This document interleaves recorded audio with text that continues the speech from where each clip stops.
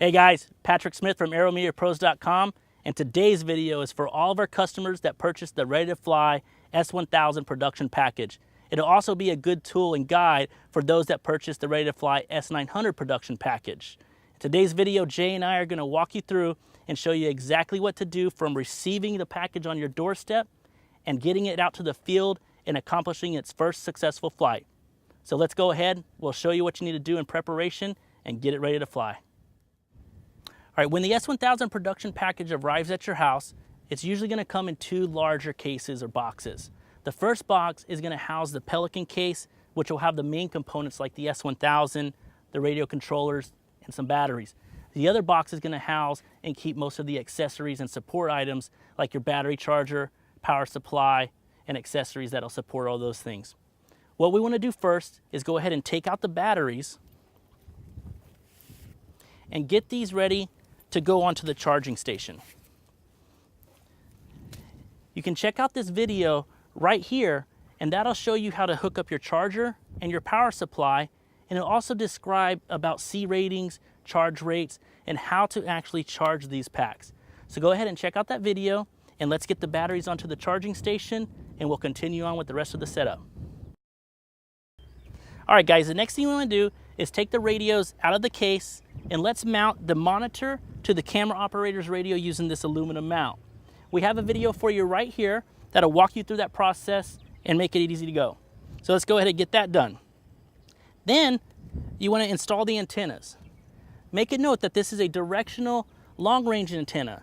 You want the four squares pointing towards your aircraft at all times. That's going to give you the best reception when you're at longer ranges. This antenna is going to work great for 360 coverage and when you're up close. Lastly, some channels and bands may work a little better in your area compared to the way it worked in ours. So you can watch another video right here, and that'll show you how to change the frequencies or change the bands and channels and search and find out which one works best for you. Last thing we want to do, once we have this all mounted and ready to go, let's plug the futabas into the wall and get them charging, and go ahead and plug your monitor in and we'll start charging that. Okay guys, at this point, we should have our main flight packs on the charger, we should have our futabas plugged in and charging, and lastly, we should have the monitor being charged. So with all that going on, let's move over to the next thing, take our S1000 out of the case, and let's find a nice table or nice work area that we can work on, and we'll begin moving into the next step. What I like to do is get the front arms up and out of the way. And this is going to allow us easy access to the camera gimbal so we can install the camera. We already have a GH4 system installed right now. We can check out these links right here on our website for the different manuals, whether it's a 5D, GH4, or NEX. Check those out and that'll show you how to install your given camera. And we also have a tutorial video on how to install a 5D camera into the 5D Zimus. So that one may help you out also. So let's go ahead, follow those instructions, get your camera installed, make sure your camera settings are correct, and then we'll move into the next step. So by now you should have your camera mounted into the Zimus, and we can move on to the next spot, which is going to be calibrating the compass for the first time. Now make a note guys that we do calibrate the compass and do all of our test flights here in California, so you make sure that you calibrate it to your area once you receive the copter. We'll walk you through those steps right now. What I like to do is raise these 6 arms and leave the back 2 arms in the down position. This is going to make it much easier to hold the copter and do the calibration. Once you have that done, it's a good opportunity to go ahead, raise the GPS, make sure it clicks in place, and verify that the arrow on the GPS puck is facing dead forward right down the center 2 arms. Now let's go ahead and move into powering up the copter and the radios. Always start with the radios first. You'll notice that the production packages come with these custom wraps, and all the switches are labeled for you. This is to help avoid confusion and let you know exactly what position each switch should be in. So I like to put all switches forward and away. IOC is in the off position, failsafe is in the off position, and definitely make sure your retracts are in the down position. The manual and attitude GPS switch doesn't matter so much, and I'll explain that in just a second. Once you have the switches verified, throttle stick is in the down position, we can go ahead and turn that on. Now take the opportunity and we can move all these switches forward and away on the camera controller, throttles down, and power this up too. Now we have the radios ready to go. We can move back over to the copter and we can power it up for the first time. Start with your negative wire, plug that in, and notice that the positive wire has an anti-spark plug on it. This is to help resist sparking and arcing. Go ahead and plug this in. The copter will power up, and your ZIM use, you'll notice it'll start doing its calibration and spinning around. Once it's finished calibrating, it'll face dead forward and stabilize itself. Like right now, you know that the system's good and it's ready to go. So we'll go ahead, and this is how we do the compass calibration. You take your flight radio, and we're going to pay attention to this light right here. Take your manual attitude GPS or your gear switch and go ahead and flip it up and down 6 to 10 times. The light will go to a solid blue. Hold the copter facing straight out in front of you, and you're going to do a 360. Notice as he comes around to the front, that color light is going to change from blue and go to green. Once it does that, you're going to tilt the copter facing nose down, and you're going to rotate one more time all the way around, and the light will then go off. Once the light goes off, it'll start flashing and let you know which flight mode you're in. Now what I'm going to do, guys, is go over the LED sequences and explain what the colors mean. The rapid yellow lets you know that the copter is in attitude mode. When we ship the copters, manual is actually disabled, and that is set to attitude. So it's actually attitude, attitude, and then GPS. So with it in manual mode, it'll flash yellow, letting you know it's in attitude mode. We pull it one click forward, also attitude mode, represented with the flashing yellow. But now when we pull it all the way forward and we put it in GPS, you'll notice that the LED changes colors and goes to purple. That lets you know that you're in a GPS flight mode right now. So understanding that, we can go ahead and prep the copter and get it ready for the first flight. Let's go ahead and finish it up and get it ready for takeoff. So I do that by getting all the arms up, take the propeller locks or the little foam protectors for the propellers, extend the propellers, make sure they're nice and straight. We'll do this on all 8. Turn the GH4 on.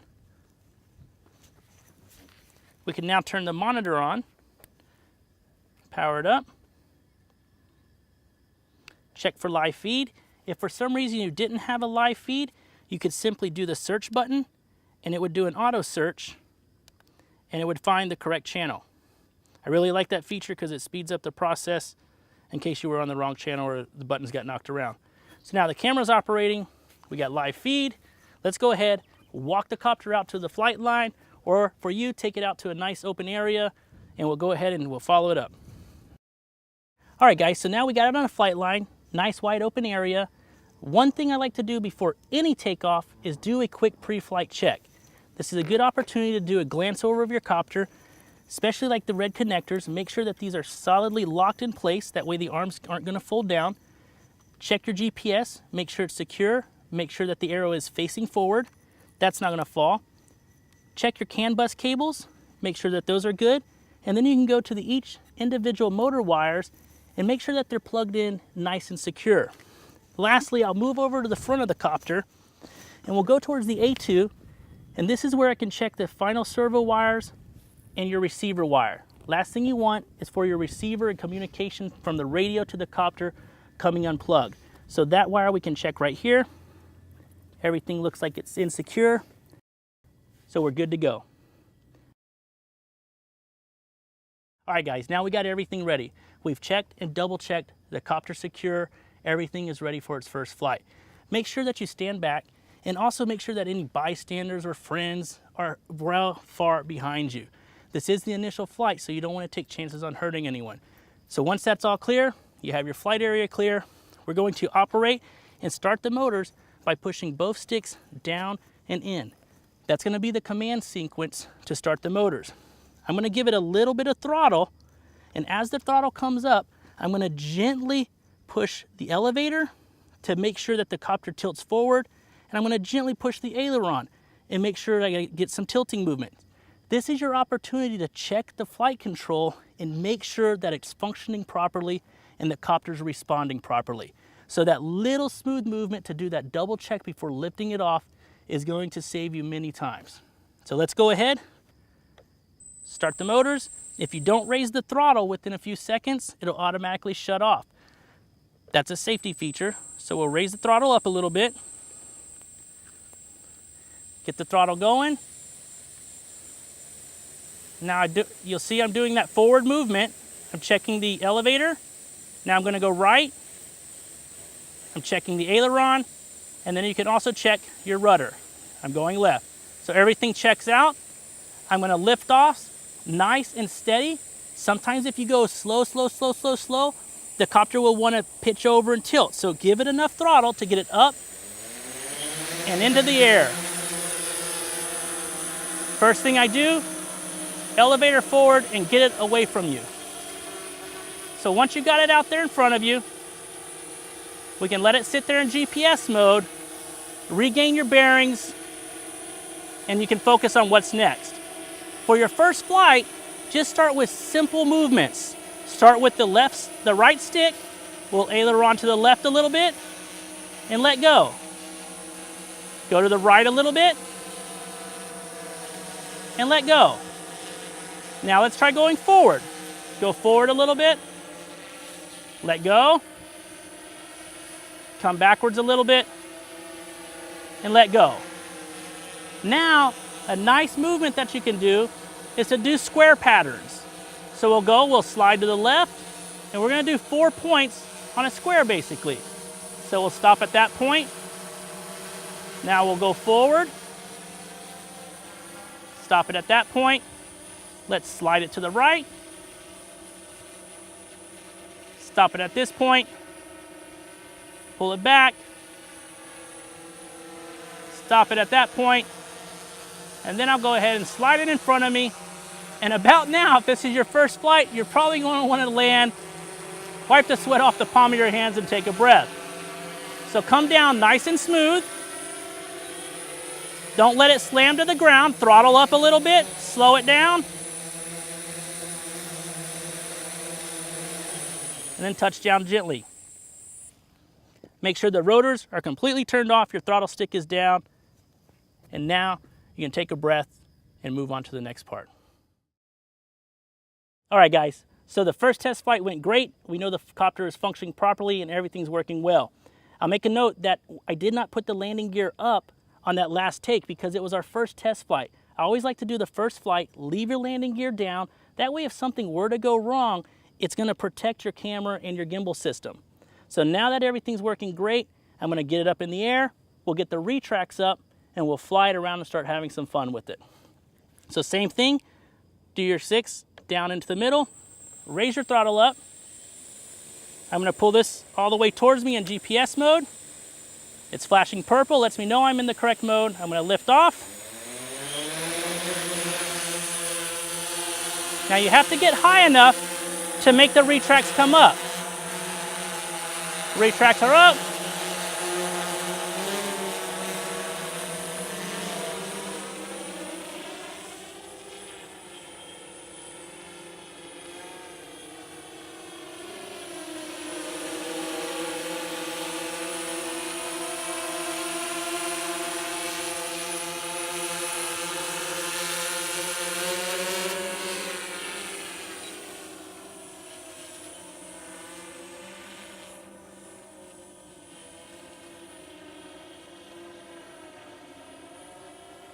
Now we'll bring it in for a nice smooth landing.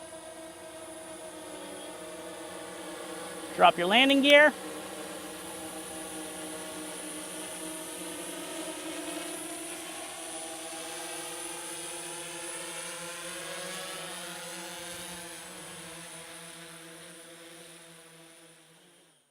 And there you have it, guys. The Ready to Fly S1000 production package. I really hope this video helps you guys to get from your house to the flight first time. Thanks for watching. If you like it, give us a thumbs up.